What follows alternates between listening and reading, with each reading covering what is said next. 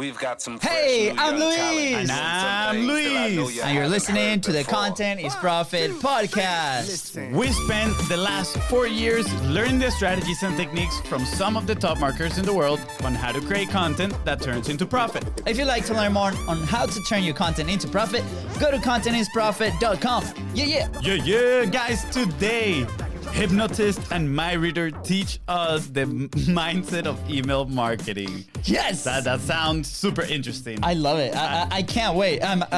Earlier, I told FONZI, should this be the title? And he's like, yes, I want to be like hypnotized. So we'll see if that happens. I'm not gonna lie. There's two topics here that I love: email marketing, and honestly, I don't feel I know much about it. So I'm super curious to dig into it, and obviously all that hypnotism and mind reading. Mindset, baby. Yeah, all right, let's go. That's pretty cool. Before we get started, guys, please don't forget, go ahead and subscribe to the Content is Profit podcast. Smash that subscribe button, and follow us on social media at BIZBROS. Go send us a DM. We're happy to respond. That's right, guys. And if you find this episode impactful, which I am sure you will, don't forget to share with everybody and leave a 5-star review.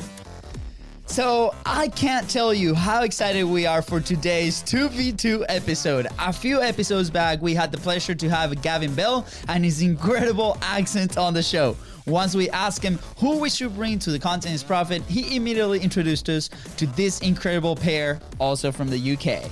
That's right. Today's guests have an amazing background as hypnotists and mind readers, and currently help hundreds, if not thousands, of entrepreneurs understand the mindset behind email marketing.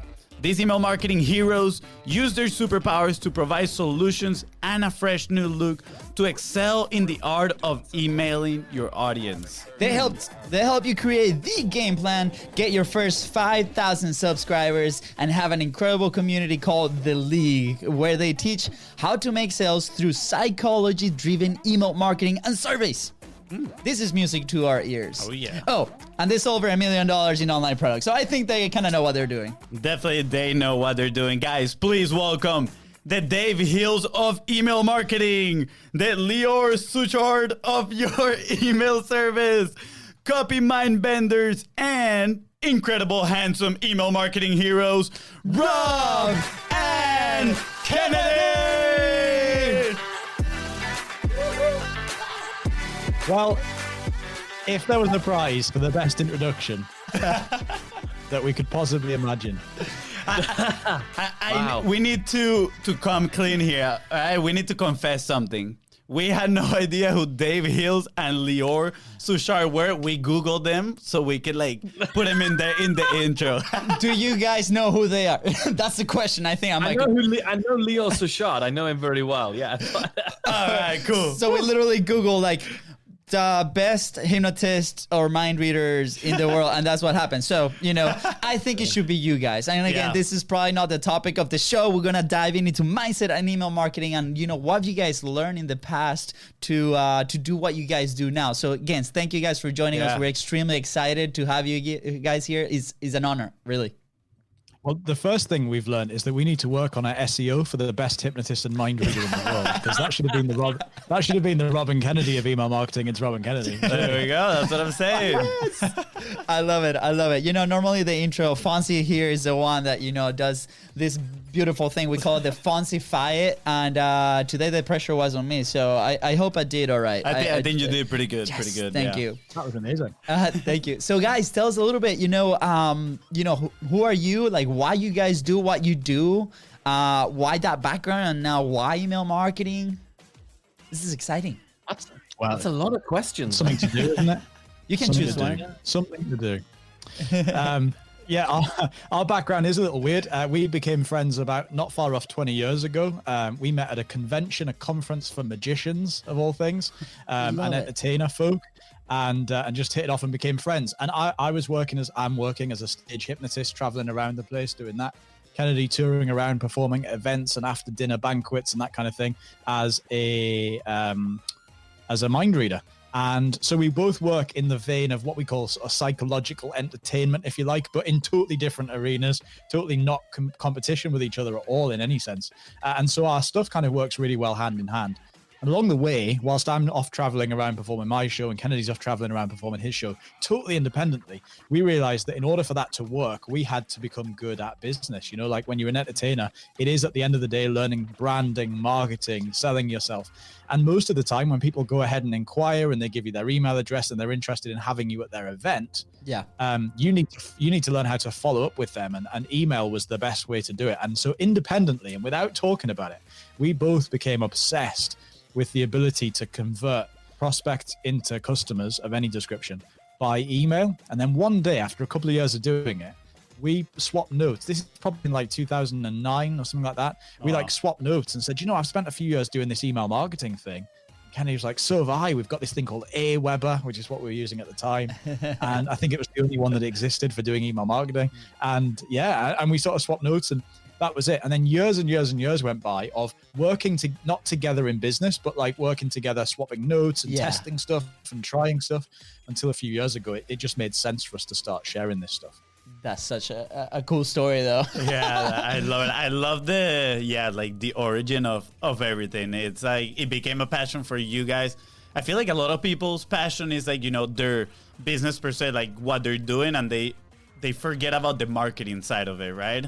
And I love how you guys fell into that and then organically just started sharing and, I mean, build what you guys have built nowadays, which is awesome. I think one of the things that you mentioned, Rob, is super important for those listening, right? Like we go and we used to work with a lot of like brick and mortars, and people see like their marketing as a totally foreign thing. Like the communication with their audience is like totally external to them. And it's like, it's sort of such a vital part of like the business, right? It's like what brings people in. And you guys, even though you guys had that background that so many people don't see it maybe as like a brick and mortar business, but it is. You guys are making a living out of it. Right. You immediately recognize that this is something that you guys had to start learning and start implementing right away, like few years back, and now look at what you guys have achieved, and it's amazing. So I think like that is a very important point to kind of like make that connection from the very beginning. Right. And what's really amazing, and what's really kind of feels a little bit like we're cheating a bit, because the skills of marketing and email marketing and is all about getting in people's heads. So we literally didn't learn any new skills, very few new skills. Yeah. We literally transplanted the skills of hypnotizing people, which means, you know, getting into their head and getting and influencing people, and also of reading their minds and influencing them to do what I do. Yeah. We took those same skills and we just applied them. It's amazing how in our brains, psychologically speaking, we silo our information. There are amazing skills that we have that we use in different parts of our worlds and different parts of our lives, that if we just pulled them all together, we'd be more successful. And that's all we've done. We've taken the things we've refined over nearly 20 years each to influence other people, and decided actually email marketing does not need to be a numbers game. You do not need 100,000 people on your email list. In fact, if you've got that size list, you've probably got your own problems, truthfully, because getting that to work is tricky, right? Yeah. It's whereas if you can just have more of a connection, more of an impact. Imagine if people replied to your marketing emails with thank you, with that is brilliant, with, I mean, we've a client of ours, Amy, right? The other day, she posted in our group saying, I've started following your advice. I started emailing people every single day, which we'll get into in a minute. We started emailing people. I use the strategy you teach, and people are thanking me and saying how much they love receiving my emails, and they're marketing emails. Those emails have offers in them. So all of this is possible. It does not need to be a numbers game. You can actually have a deeper connection with people, and we're just using those very same skills. Oh, I love that. It doesn't have to be a numbers game, because that is one of people. I'll say that's like number one excuse for a lot of people. It's like, oh, but I don't have anybody on my list, right?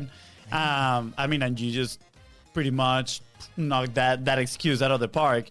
I absolutely love it. And then I love, obviously, you know, I think I have a very specific question. Since you guys already were, you know, practicing with, you know, people's minds and all that stuff, you guys have a background on that.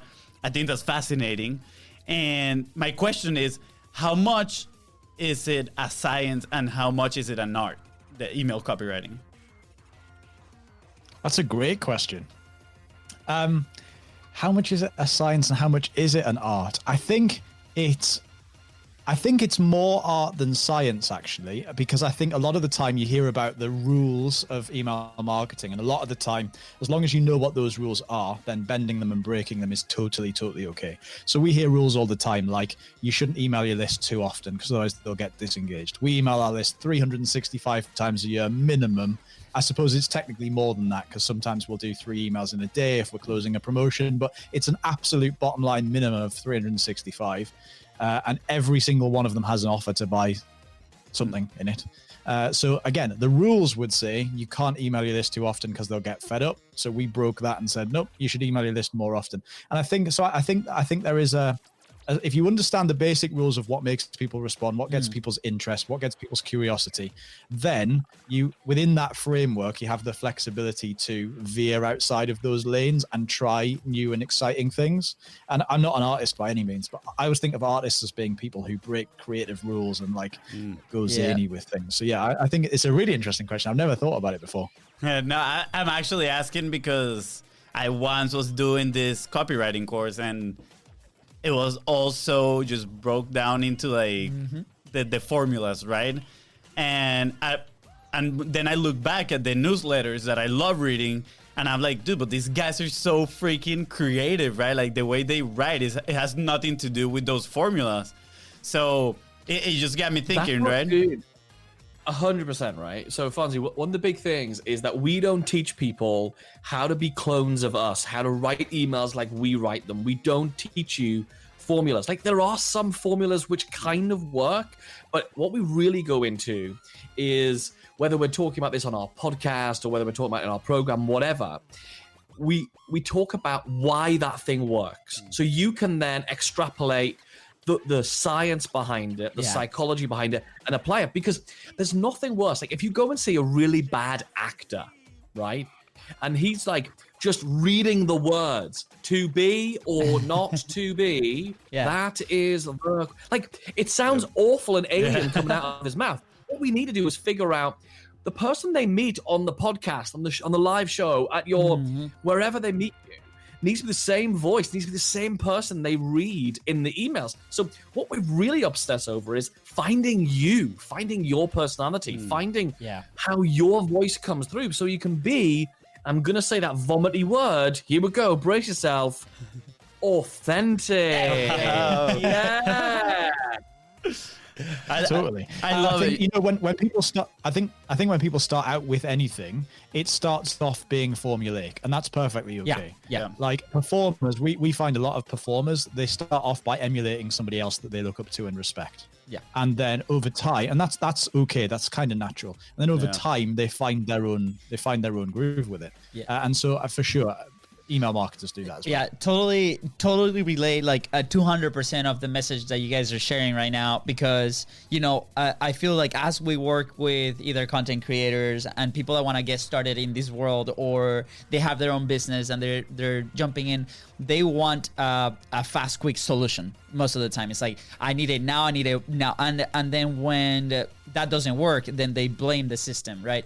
And sometimes we gotta look inside of us and be like, okay, am I putting the blame in something external, or do I actually need to look inside of myself and be like, have I even tried different things than what they've said? Like, that was a great base to get started because it motivated me or pushed me to take action. But now, once I'm starting to take action, what are those things that I need to start implementing or changing or adapting to keep going? So I asked you that question. Like, once people get going, what are those things? So the big thing to begin with all of our businesses, right? And we talk about this on the Email Marketing Show, our podcast, we talk about in our Facebook group, we talk about it everywhere, is the strategy doesn't need to change. Yeah. The strategy almost never needs to change. The tactics of how you're achieving the strategy are the things you need to change. So if your strategy is, we email daily, that is our strategy. The tactics of what you put in the emails, who the email comes from, what time of day, all the tactical elements, play with that stuff. But too many times, we as entrepreneurs, as business owners, go back to the top and reinvent the strategy. The thing is, the strategy will work if you just figure out the right tactics to make it work. But every time you change the strategy, you're also having to change all the tactics. So no wonder you're going round and round in circles. So choose a strategy, stop changing it, make the strategy work, and just change the tactics. It's a bit like if you imagine somebody running in a race, right? And they get halfway around and they realize they're losing.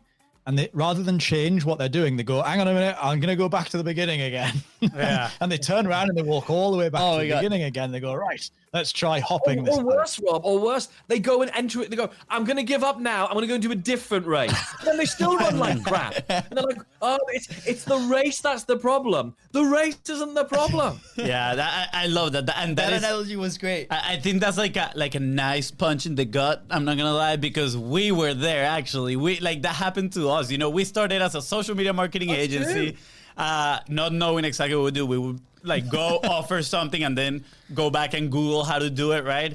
And then we went to a different business and they had different problems, and we're like, yes, we can actually do that. So again, starting the race all over.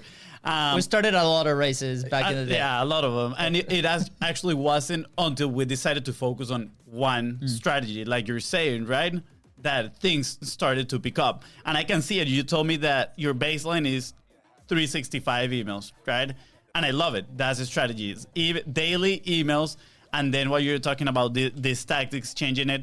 I think people need to actually write this down at this point because it's key. People ask us, we have weekly meetings with the various people that we work with and stuff. And I had a friend I was meeting today. I meet every Monday.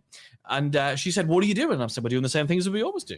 I've got nothing new to tell you. And she's like, and I'm like, that's a great thing, because we are still doing our Facebook group. So we've got our Facebook group. That's one really important part of what we do. Yeah. We've got our podcast. That's an important part of what we do. We've got our email list, and we've got our Twitter. We don't do anything else. That people are like, what's new? I'm like, nothing. And that's a win. Yeah. I mean, why change what's working, right? And that's something, I don't know why people do that. More importantly, dude, why change what's not working? Because if you focus on the thing that's not working and make the damn thing work, you can make it work, rather than jumping to something else that you haven't figured out yet either. Yeah. You're going to move from one thing you haven't figured out to something else you haven't figured out. That's a waste of time and energy, and usually money too. Yes, I haven't figured this thing out. Well, I can't move off it until I figure it out then. Yeah. I love what you're saying there, Kennedy, because just this morning we're on a call with a client and they're about to launch a product, right? And we're like, look, we need to prove that this works organically. We need to figure out a creative way to get people on it. And that way it doesn't hurt your pocket, right? So the conversation this morning, he's like, I spoke with this lady, we went out of the way to actually chat with this lady that's great in digital marketing. And we're talking about Facebook ads. And I'm like, okay, do you have X amount of money to spend on Facebook ads and be okay with not getting any results? Because you haven't proven these things. So it could go either way. You could either knock it out of the park and we don't know, but you could also not get a return because we haven't proven this, right? So I think most of the time, a lot of people focus on those problems way ahead because somebody else is doing, because somebody else told them to do it before they actually prove, what's not working. In this case, they haven't even tried it first, right? Because if I launch this offer, or if I launch this product organically with people that I know, people that I connect with, my communities, see if it works. If it actually gets the results that they're gonna get, you are not in the moment to start tackling different things. So with that being said, what are some of the things that you guys see around this topic with email? What are those things that people wanna take, hey, I get it, I love email, this is a problem I want to tackle, but that's a problem 5 years down the road. What are those things that people start doing like that? And then how do you bring them down to a reality so they can actually execute and move forward with actual results? One of the things we definitely see happen is that people think that they can't start treating their list like it's got 100,000 or 1 million people in it when it's only got 100 people in it. So they're holding off for let's imagine they've got this 5-year goal of building an arbitrary list, 100,000 people or something. And today, right now, at this very moment, they have 100 subscribers, and maybe 2 of them are their parents and their brother, and that's a third one. So they've got, and then them with 3 email addresses. So they've got 94 real subscribers today, right here and now. They'll say, oh, but in 5 years' time, I'm going to have 100,000 subscribers because I'm going to work really hard, and then I can start emailing them properly. And you've got to realize when those 96, 94, whatever I said, when those 94 people receive your email, those individuals don't know how many other people you've got on your list. Like, they don't know that they're not the only one receiving it. Like, they don't know if your list had 1 million people on it. So I think a lot of the time people are pushing the responsibility for doing email marketing down the road for when they've got a list that they consider to be more worthwhile emailing. Whereas actually, we're seeing more and more that the smaller the list is, the easier it is to manage. You can definitely make great income from it. We think a golden number is like, if you get 5,000 subscribers, your list never needs to be bigger than that. Like, if they're the right subscribers and you clean it properly, and therefore you might have gone through 15 or 20,000 subscribers to get to those 5, because you're going to scrub out the ones that don't engage and all the rest of it. But if you can get to 5,000 people, for most people's businesses, your list doesn't have to be any bigger than that. Once it gets bigger than that, the management of it becomes a pain. Yeah. So like, people are really pushing this thing down the line, this responsibility, because they're looking forward to when they have that list. Problem is, if you wait until you have a big list to start emailing them, then when you do, it comes so out of the blue. So like, you're slowly nurturing this list of 100 people and you never talk to them, and then it becomes 500 people and you never talk to them. It becomes 1,000 people, you never talk to them. Eventually it's, say, 10,000. Let's make it more manageable. Let's say it's 10,000 people. And suddenly you email them and start selling them stuff. They all go, whoa, who's this? Unsubscribe. Yeah, they're definitely gonna forget they subscribe. I mean, I've been there. I've got those emails that I'm like, how do they even get a hold of my email? And I probably signed up like a few months back, right? I love it. And, you know, you were talking before a little bit about helping them find their personality, right? Kind of like the word authenticity. And, you know, I feel like a lot of people, I'm playing devil's advocate here, you know, they're like, oh, yeah, it's easy for you guys because you guys been doing it for a while. You know, you're in the performance industry. So, like, what does it take for someone to find their personality, right? To find that authenticity? What are some of the challenges that they go through to find that? Do you know, it's amazing. Every time when somebody, you meet somebody and they're really cool, like, we're hanging out now, we're friends and we hang out and that's cool. Yeah. But then as soon as you get behind the keyboard, you do your telephone voice. You go, hello, thank you for being on. Thank you, it's Donnie, it's lovely. Thank you. And we don't know why. When we do it, we suddenly turn into a novelist. Hello, it's J.K. Rowling, and it's, look, you know, whatever. But, so we all do our telephone voice very quickly, right? My wife hates the telephone voice. Just let me tell you. I asked her, like, have you listened to the show yet, baby? Like, it's 50 episodes down the. No, I hate your voice. I don't want to see that ever in my life. So thank you guys for being here. I appreciate that. So sorry, Kenny, I just had to say that. It's like, continue. I am so sorry. I interrupted you. Yeah, but it is amazing. You're being in conversation and you're like having a chat, and then you're like, hello. You know, that's what happens. You suddenly, that's what happens with email, though. We all do it. We turn into that thing of, or because we're emulating, or because we think that's the right way to send email. Thing is, if you can just get over the fact that there is nobody has decided that's how you have to write. Nobody. You can use short sentences. You can write the word but and an and at the beginning of a sentence, because that's how people talk. What you want to really do is, our aim, right, is we want people to say, I can hear your voice in my head when I read your emails. And that will be grammatically incorrect because we do not speak with good grammar. So don't try and write with good grammar. You're not writing to impress your English teacher from school. You're not trying to do that. You're trying to write to connect with real human beings. And if we know anything about teachers, they aren't human. But we know that that's not what it's about. Yeah. That's about being academic. And the way you write as an academic is very different, it's testing something different. We're testing connectivity. Some really good ways of doing it. First, record yourself. Get a transcription done. There's lots of free services to get a transcription. Otter's a really good one that you guys have services you guys offer where you transcribe things for your clients. Get a transcription done and then just slightly neaten it up, because that's how you talk.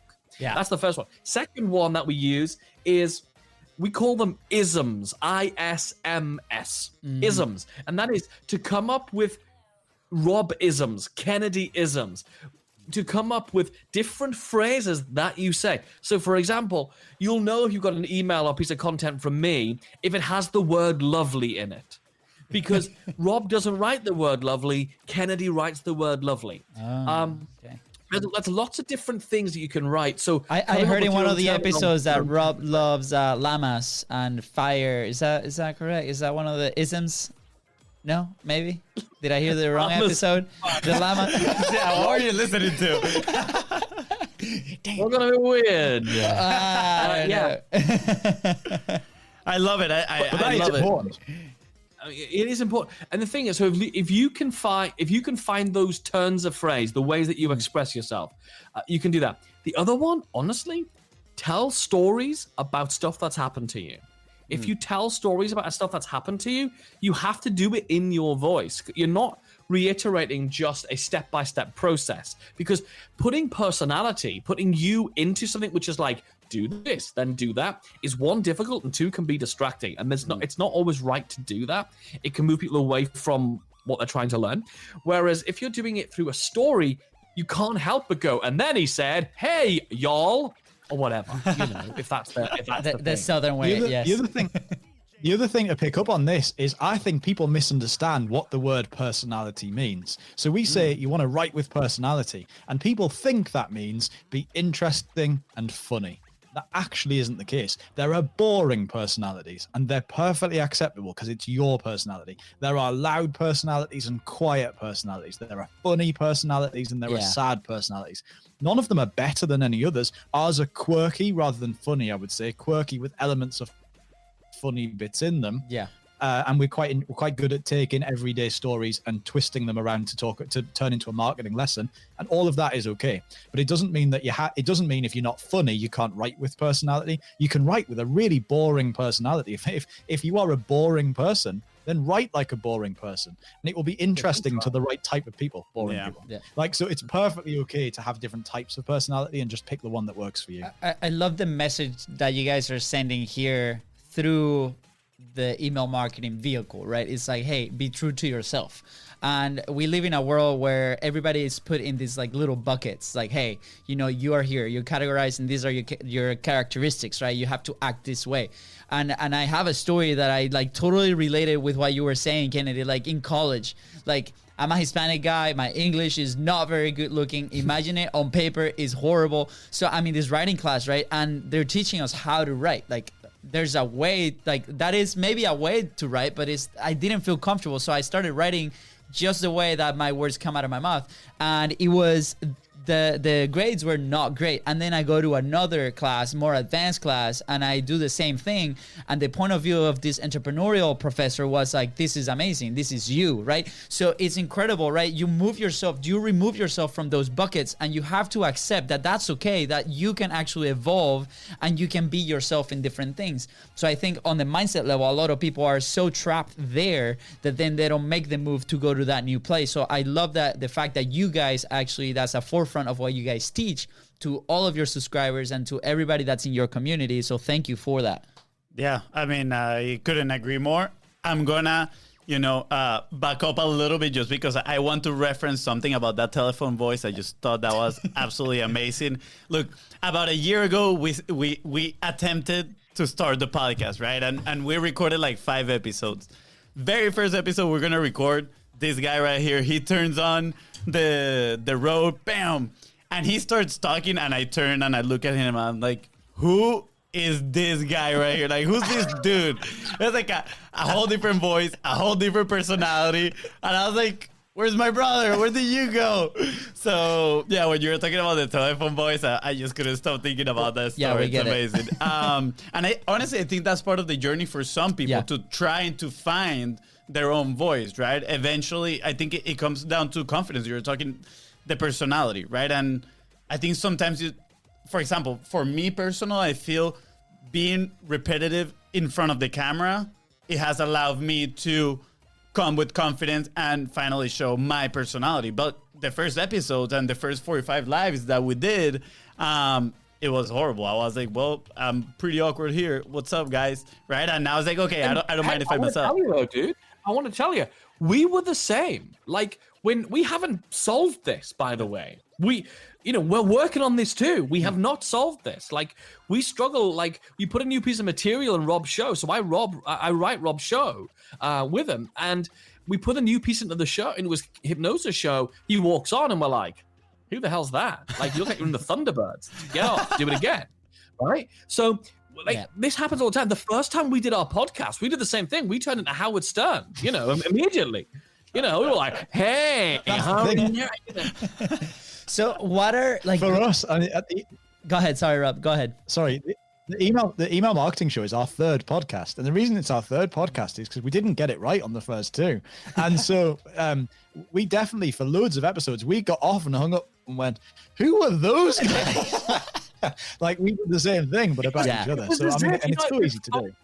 Yeah, this fun we're having now, it was as if the record button on the Rodecaster was the same as the comedy off button. Like, they were like tied together. It was like, record. You can only have like a switch. You can have fun, or you can be recording a podcast, but never the twain shall meet. Yeah, that's what it was like. And I love these guys. Like, for you listening, if you are like in this journey of trying, and you could do it like in copy, you could do it in artistic ways, you could do it on a podcast. Like, your personality has to come through if you are, the face of that business, because people are gonna relate to you. They're gonna relate to your stories, on how you talk, how you share those things. Yeah. So sorry for interrupting you here, but sorry.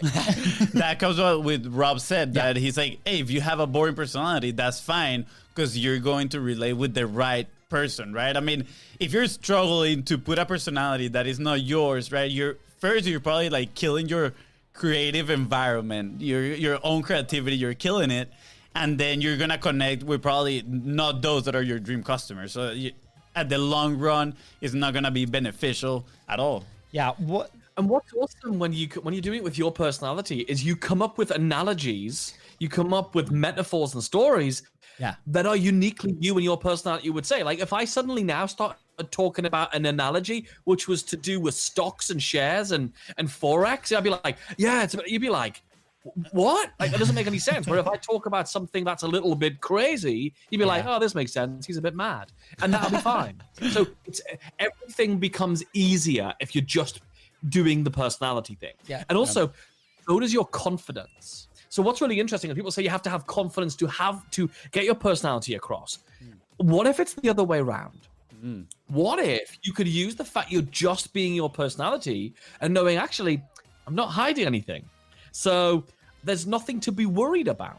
Because the only time to have no confidence usually is if you ask people why they don't want to do a presentation, for example, it's because what if they ask me a question I don't know the answer to? Yeah. Well, guess what? If you're just being you, there's nothing they can ask you that they can go and they can't catch you out. They can't say, what about this? Because you're just being you at all times. So that being you will allow you to build your confidence, actually, because you can just be confident in the fact that you are just being you. Yeah. There's nothing to be more confident about. So going off of that, a lot of people might argue, because we encounter the same or a similar, audience when it comes to publishing, because we're like big on going live, right? And we chatted about this a long time, and being in front of a camera is equivalent now of speaking in public, and a lot of people have fear, like a massive fear to do that. So yes, it does sound amazing, and I'm sure like there's a lot of messages out there be like, hey, be you, just be you. But people are like, okay, I am literally like frozen, I'm paralyzed of like on fear on how to do this. Like I can't do it. So how do we unstuck people? Like, it could be any kind of content. It could be copy, it could be video. How do you guys go about unstucking somebody from that fear state?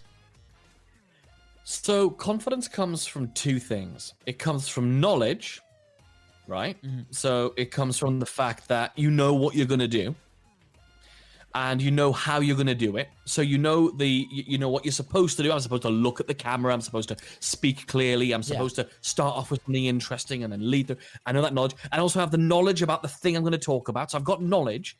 And then it comes with, I'm going to say a word, which I'm going to redefine it. So what I mean by this, I'm going to say the word experience. But what I don't mean by experience is I'm experienced. What I mean is looking back and going, I've done that 3 times now and I didn't die. That's great. I did that 3 times and somebody said they liked it. So it's to do with knowledge and experience. I have the knowledge. The thing is, you can only get one of those things, 50% of that, by not doing it. You can only build up knowledge. Yeah. The only time you can get more confident is by just finding something inside of you. Maybe it's the fact that you need to share your message, or you need to help people, or you want to, or it's going to help your business, or it's going to help somebody, or whatever it is that's driving you to do it. Yeah. To get you over that first hurdle, to do it the first few times. And then you start building up those reps. You start building up the fact that I've done it 3 times, 10 times, 100 times now. I mean, I've been on stage probably more than 1,000 times, which means walking on stage, I'm actually more confident and comfortable on stage than I am in a one-to-one situation in a meeting. Yeah. Wow. That's true, because I know what's going to happen when I'm on stage, because I've decided that. Yeah. You get to decide what's in your live or in your email. You get to decide. Nobody can ask you a question because you're deciding the content. So it's to do with the knowledge, and it's to do with the experience of looking back and have you done it. And you need to just get yourself over that first thing. Somehow find some power inside yourself to get those reps. Wow. I love it. A lot of the time, you need to. Oh, yeah. Go ahead. A lot of the time, you need to sort of reframe it in your mind. So we had a conversation with a client of ours the other day who does like marketing automation in businesses. So campaigns and clever stuff with like Zapier and Active Campaign and all that stuff, who was frightened about charging. So was happy to charge money for clients to do the work, but was unhappy about charging clients for courses on how they could do it themselves. So had made like hours and hours and hours worth of material, but hadn't crossed the threshold to selling it. And so we had a conversation, we just reframed that in her mind and said, well, how painful is it for you to see these businesses messing up their marketing automation and getting stuff wrong and end up emailing people about stuff they shouldn't be emailing stuff about and breaking their systems and all this other stuff? And she said, oh, it's horrendous. It's like the worst thing on earth. I said, great. And you're terrified of selling your course to these people? She said, yeah. I said, which one's worse? Selling your course or seeing them break their businesses and fall over and in some cases lose their businesses as a result? And suddenly everything just flipped in a switch in her head. And she said, oh, crikey, I've been looking at this in completely the wrong way. So I think a lot of the time you just have to realize, I watch my favorite television program like a soap opera, and it's on, like in the UK, there's one that's on 5 days a week. I watch that television program, that soap opera on telly. I don't, but some people do. 5 days a week, every week of the year. Yeah. And because it's entertaining and interesting. And the truth is, if you write crap emails, people aren't going to read them. Just write good emails and people will read them. But good is just your again, personality, whatever that is. Yeah. In a way that is interesting to those people. So you just have to reframe the fact that what you've got is valuable and good. Yeah, I love it, kind of like that perspective. And this has been actually a huge topic. I think in this 2020, with coronavirus and all that stuff, when it happened, we had to switch perspective. Instead of seeing it as a challenge or something bad, right? We were like, it's an opportunity for us, right? Like we lost our biggest client, and then we were like, okay, it's an opportunity. Now we have all this free time. What are we going to do with it? Guess what? We're going to launch this awesome podcast, right? And have Rob and Kennedy here and make it even more awesome. So I love that. And, when you said kind of like, I don't know, like kind of like the bad and good, would you say is relative for people? Like being bad or good emails? Is it like a subjective thing? Or is there like a standard? So, for example, what are you good at? So, for example, I'm quite good at coming up with engaging posts for social media. So, in our free Facebook group, I post in there at least once a day with an engaging post, right? So, if anybody's a member of the group, we'll give you the details later, maybe. But if you in our group, you'll know that every day I post something in there and it's non-formulaic. It's not like Monday is this day, Tuesday is that day, because that doesn't work, right? We tested it. That doesn't work. But if you're already good at that, maybe you're good at getting engagement on LinkedIn. Maybe you're great at doing Twitter. Whatever you're good at doing right now, I will almost bet everything. I'll bet my hairstyle, and that's a lot to bet. I'll bet my hair that you can transfer the skill you're really good at and make your email marketing better by using it. So people think that email marketing is about like just going, here's a picture of my new thing. Want to buy it? It's not. It's about writing engaging content. It's about thinking about what's important to the audience and writing about it. It's the same as the engagement post that I put in our group that talks to our course creators and our coaches and our membership site owners. It's stuff that they really care about. It's content they are going to get benefit from to improve their businesses in email marketing in all areas of life. Yeah. Talking about their struggles. That's what we talk about in our emails too. It's no different. Email marketing. Look, people said email's going to die because of social media. Well, that didn't work out very well because Facebook's currently testing doing email marketing through your Facebook page. Wow. You're going to see that very soon. So you're going to be able to run email marketing campaigns through your Facebook page through Facebook, because they can't kill email marketing. Email is on your phone, and it's that app which is just snuggled in between Twitter and Instagram. It's just another app on your phone. We are reading the notifications. They're popping up like anything else. Yep. It's the same transferable skill. Yeah. So you don't need to worry about what's good and what's bad. Use what you're good at. We have a saying at Response Suite and Email Marketing Heroes and everything we do, which is stop focusing on making your dips come up and lower. Focus on making your peaks higher. Why focus on trying to improve the stuff you're no good at? Why not take the thing you're brilliant at and make your brilliant stuff more brilliant? Wow. Yeah, that is extremely powerful right there, because, I mean, I can see it, especially coming from a soccer background, football. I'm going to call it football in this episode, as it should be called. But coming... Well, you use your foot, don't you? You use your foot for football. In America, you don't really use your foot very much. Yeah, there we go. Yep. But, yeah, and I mean, actually, like, you know, like, we practice and we're like, okay, we're pretty good dribblers. Now we need to practice like shooting, right? And it comes back to the focus time, right? Okay, yes, you gotta be a more complete player. Maybe it's not the best analogy, but at the end of the day, you could be the very best dribbler and an okay shooter, and probably some teams are gonna look because they need that skills. One skill, right? So I love how you said, you know, focus on making your peaks even higher. And something that I noticed too. You think there's a striker running around the field going, "Oh, I'm not a very good goalkeeper"? No.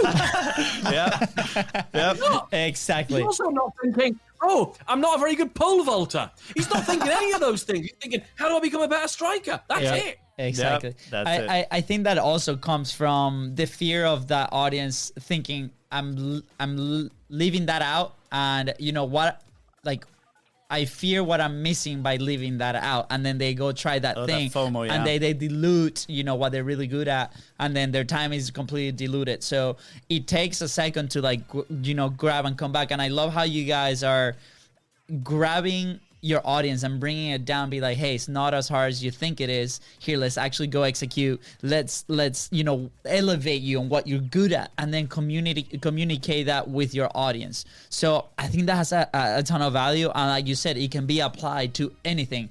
And email, for some reason, I don't understand why. I come from the brick and mortar industry, and those businesses are terrified of emailing their audience, emailing their subscribers. They're like, no, like, we email once a month, and we're like, wait, what? How? Like, why?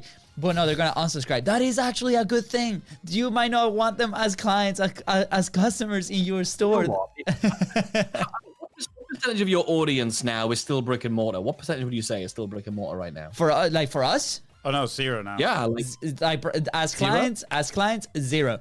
As audience is growing. I'm not sure, actually. Yeah, I'm not sure who might be brick and mortar right now. But I'm sure, like, they're coming because we come from that background. But it's just interesting. Like, if you get new stock and new items in your store every week, because like the suppliers and all that sort of stuff, the only people who are going to know about that stock are the people who come into your store every week and have a walk around on the off chance you've got something new. Most people haven't got time to do that. So if you email them and say, hey, by the way, we just put this new stuff out and here's a cool thing, like, you're giving them that experience while serving them and saving them a bunch of time having to drive to your store and pay for parking and all the stuff that they don't want to do in order to entice them to the thing that they want. So you're doing them a disservice by not emailing them. You really are. And I think you hit you hit the point right there, is about service, right? And we talk a lot about the sales side of things, where it's like, okay, if I'm adding value, like I'm actually like doing at the service, like you just said, by not selling my services to my dream client, because I know that elevates, their stuff even more. So same thing with email. Like I am not serving my people. I'm not serving my clients, the ones that actually feed my family, right? By not telling them what's going on. And I think that's like a fake wall that people put up there. I don't know if, and we keep going back to the fear, right? Is it? I don't know. Like, what do you guys think? Well, look, let's remember something. There is nobody who watches your stuff, reads your posts, is connected with you on anything just because they like you, apart from your friends. But not just because because you happen to be attractive, or it's none of that stuff. The reason they're on your email list, the reason they follow your social channel, whatever it is, the reason they listen to your podcast is because they've got a problem or they've got a hobby and they want some help with it. So by not producing the content, by not emailing them with help about the thing they've got a problem with, you are not helping them. You are making them stick and stuck and have that problem for longer. Hell, please help these people faster, because that's the reason they came into your world in the first place. They joined your list, your email list, because they want the solution to their biggest problem. You better sell them that problem because they want the solution. That's the only reason they're there. Yeah. On the brick and mortar front, there's a shirt manufacturer in the UK who Kennedy and I both buy shirts from. They like make really high quality shirts, but they're not like designer prices, but they're a good brand. Yeah, really I'm wearing great it right company. now. Thank you. You're wearing one now, yeah. Looks amazing. But they've branched out from shirts and now do shoes and belts and trousers and all of that stuff. Great company, and they email with so much personality. Probably, I would guess, maybe 2 or 3 times a week. But I would read their emails 365 days a year. Whereas when the supermarket emails me, they don't write with great personality. So I just put those emails straight in a can without reading them. Yeah. So New carrots. Lovely. Moving on. Yeah, there's absolutely no reason they're still why orange. brick and Okay, mortar good. stores. There's no reason why brick and mortar stores can't email every day. Exactly. And do it right. Thank you for that. I mean, we talked about this last time, right? We run this as an experiment with one business twice and then the other business the other day. Like people that don't email, like they're not big fans. And those campaigns, they were amazing because it was themselves, and like they were reluctant at first, but at the end of the day, they got massive results on their end just by sending 3 simple emails in 1 week. It's such a powerful tool, and we just have to get over those mindset blocks that we all have to go execute. Yeah, I mean, if you meet somebody, you go on that first date with somebody, right? You go on a first date with somebody, and then they say, "I'll call you next month." How are you going to feel about that? You're trying to build a relationship, and you're not going to build a very good relationship with somebody if you only date them and see them and turn up once a month. If you tell them stories about your life, about things that are important to you and important to them because you share the same world, and you do that more regularly, you can build a deeper relationship much faster. And if you do it in a really sincere way, they'll really like you for it. And if you happen to also be solving their biggest problems, they'll really like you for it. Yeah. So why would you not email people more?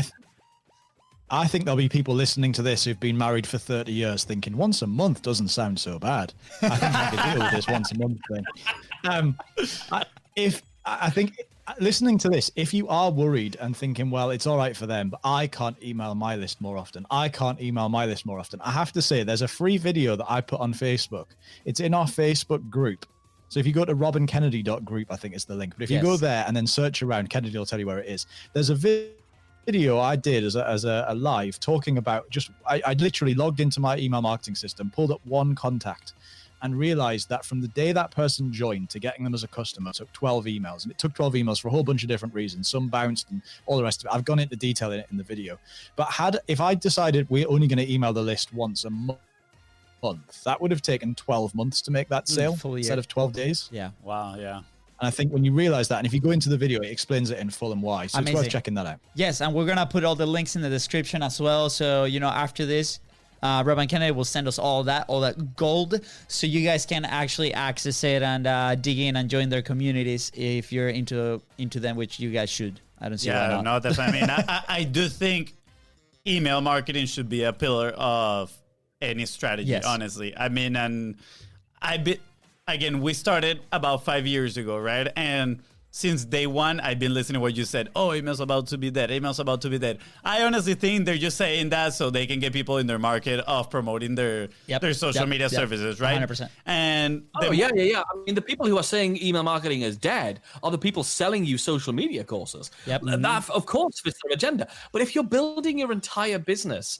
on getting a load of Instagram followers or Twitter followers or people in your Facebook group, if you're doing that, well, guess what? As soon as Zuckerberg wakes up and decides he doesn't really like Facebook groups anymore, you don't have a business because he controls your reach. Yeah. Or if Twitter changed their algorithm, they control your reach.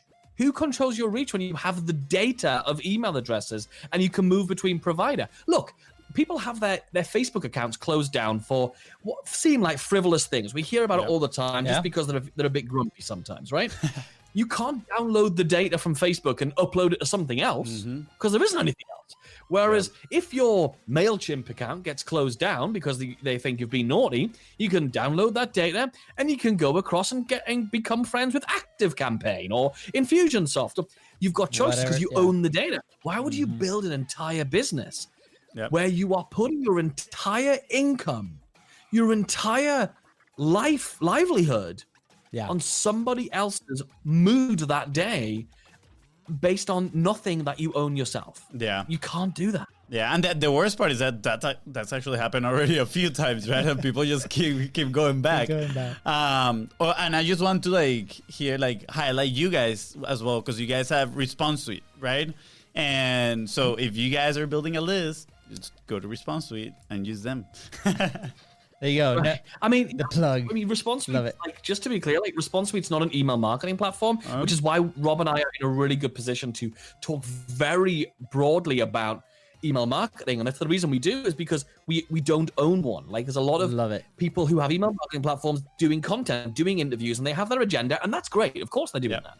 What we have is a tool called Response Suite, which is actually a survey tool, which allows you to build questionnaires and quizzes and application forms which plug into your email marketing platforms. So you can do better segmentation. You can do better understanding people. I love it. I've actually been reading lately about quizzes that they are extremely, extremely useful.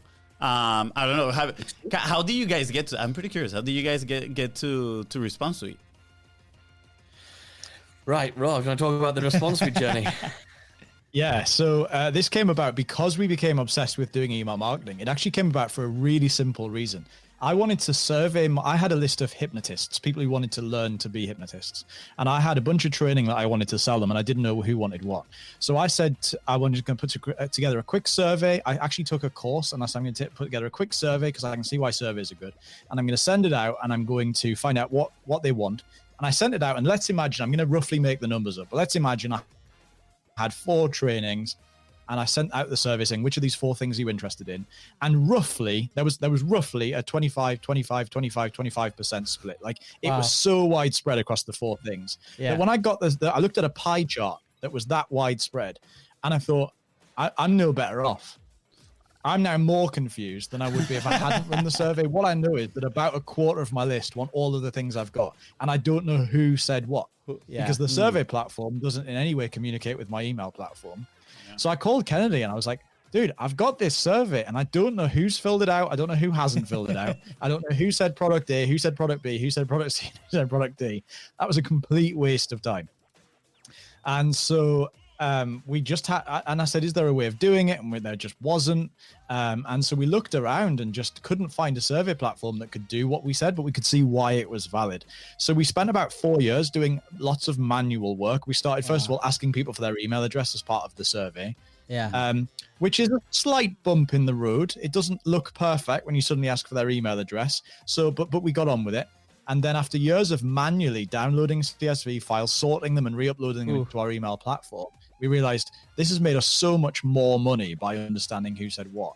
So we said, let's do a survey platform let's build a survey platform that integrates with email platforms, where now we don't have to ask them for their email address anymore. That can be passed invisibly in the background. So all people see is they click on a link, takes them to a survey, they fill in the answers, and literally it's like 4 clicks. If you've got 4 questions, it's 4 clicks. Hit one button, and now all of that is segmented and tagged inside our email platform. So that's how it came about. Talk about being the student of the market. We talked with Todd Brown, and he was like, "Hey, you have to be a student of the market, and what a better way to do it through your email with Response Suite, because everything is automatic. Go ahead, you know exactly who likes what, and then you can communicate effectively with those people." Well, Todd's a perfect example. So Todd's a client of ours. He uses Response Suite, and he uses it. In his case, he's using it as an application form. So he's able to segment people when people come into his high-ticket coaching program and decide which people are suitable for it. So he wastes less time, or his team wastes less time speaking to people who he can't help. He's wasting their time. He's wasting less of his time. Yeah. So he's segmenting people based on their answers to that survey, to that application form. So that's a perfect example about how. Because remember, with all of email marketing, it's about relevance. If you're talking to people about stuff they care about, stuff that's going to help them, then they're going to reply with those emails saying how much they like what you say. So, and the only way you can do that is by making sure they're segmented. So you do that through having application forms, through when somebody joins your list, send them a survey which asks them which of the main things you cover is their biggest pain point. Then tell them how you can help them with that thing. When they come into your work, you can make them join your list. You can have them join your list through a quiz. They're some of the lowest cost list building methods in the world right now, are to send people from cold traffic through a quiz.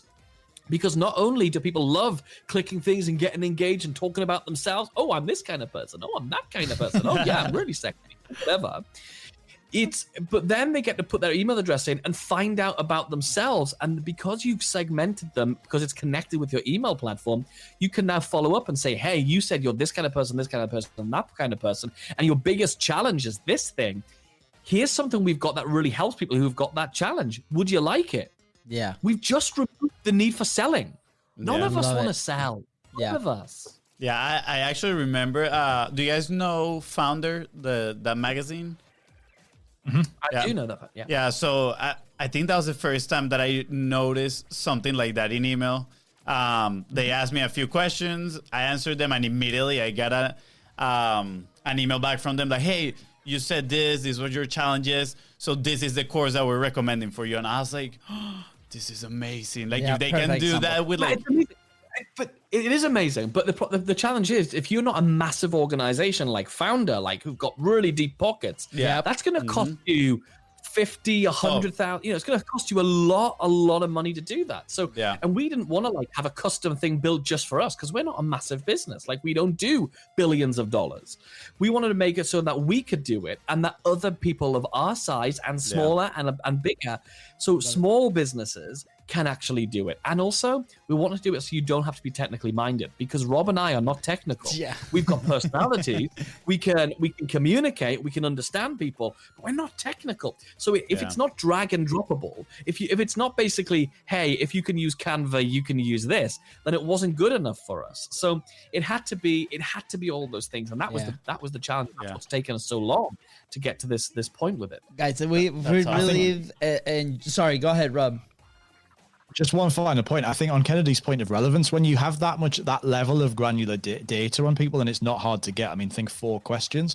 That means that now when you send people testimonials and case studies, they can be testimonials and case studies about people who are just like them, not similar to them, not have the same problem as them, but exactly like them.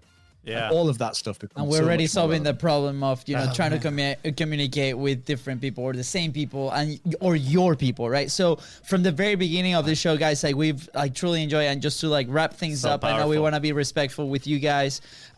Everything has been so powerful, from not knowing exactly what to do to who should I talk to how should I talk to them, to now the tool to actually do this with every single people. So please, if you are listening, go check the links in the description right now. Connect with Rob and Kennedy, especially the league group is amazing. The community that they built there, and they talk about these things and many, many more things. So pretty quick, 2 questions, because we have 9 minutes in the memory card again.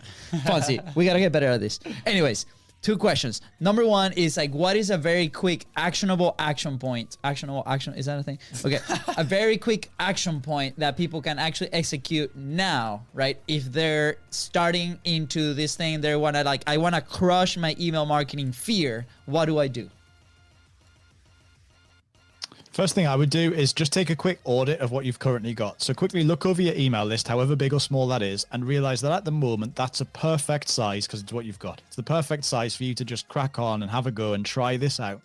So I think a quick audit, just have a quick look and see, when was the last time I emailed? Was it ages ago? Will these people have forgotten who I am? What do I need to say in the next piece of communication that goes out in order for them to understand and sort of bridge from where they are right now, which may be forgotten who you are. It may be that they hear from you once a month right now and you want to step that up to be once a week or 3 times a week or every day or whatever.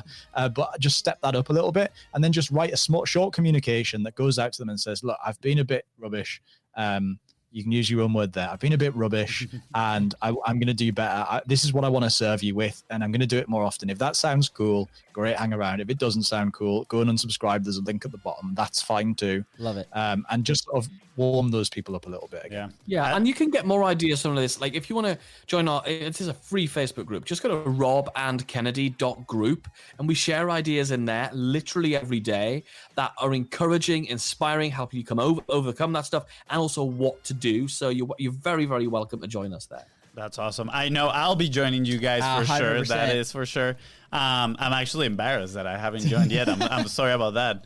And the other thing I wanted to for you. The other thing I wanted to add is I'm gonna have to go live in the UK because man, I want an accent like that, and I want to learn all those like cool words that you guys use. That is so much fun.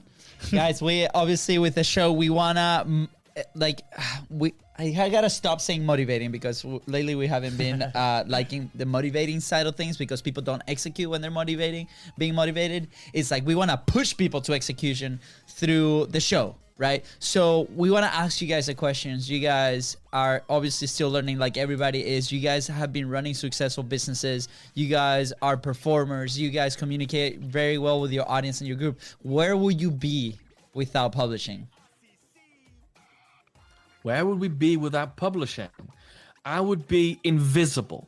I wouldn't be able to be seen by anybody. I would just be invisible.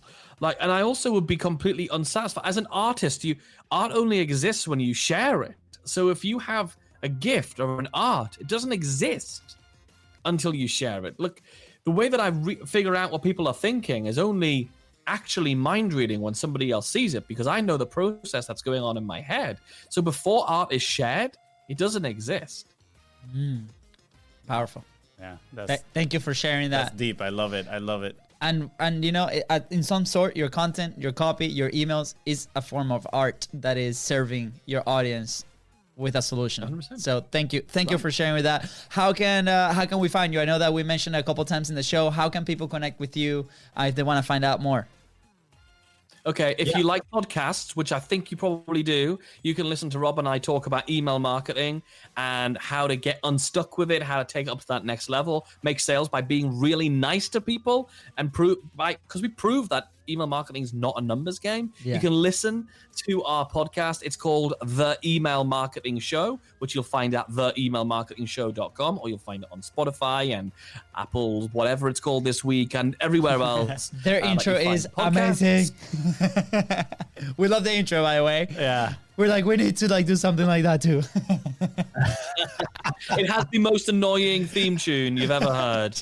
We hear that people who listen to the Email Marketing Show write to us and say, I can't get that lemon song out of my head. So yeah, the other place, Rob, is probably the group, I think. Yeah, just come and hang out in the group. It's totally free. robandkennedy.group. That'll forward you straight over to the Facebook group. Jump inside. If you want to get a free download, you can give us your email address on the way in, but there's no pressure. Just come and hang out. Awesome, guys. Well, this has been an absolute pleasure. Yeah. Don't leave. We have 2 minutes with you guys after we turn the recording off. We want to say a big thank you. And for those listening, guys, thank you so much for staying with us. And go ahead and subscribe to the Content is Profit podcast and everything that Rob and Kennedy just said. Follow us on social media at BIZBROS Co. That's right, guys. And if you found this episode impactful, which I am sure you did, it was absolutely amazing. Please don't forget to share it and leave a 5-star review. See ya.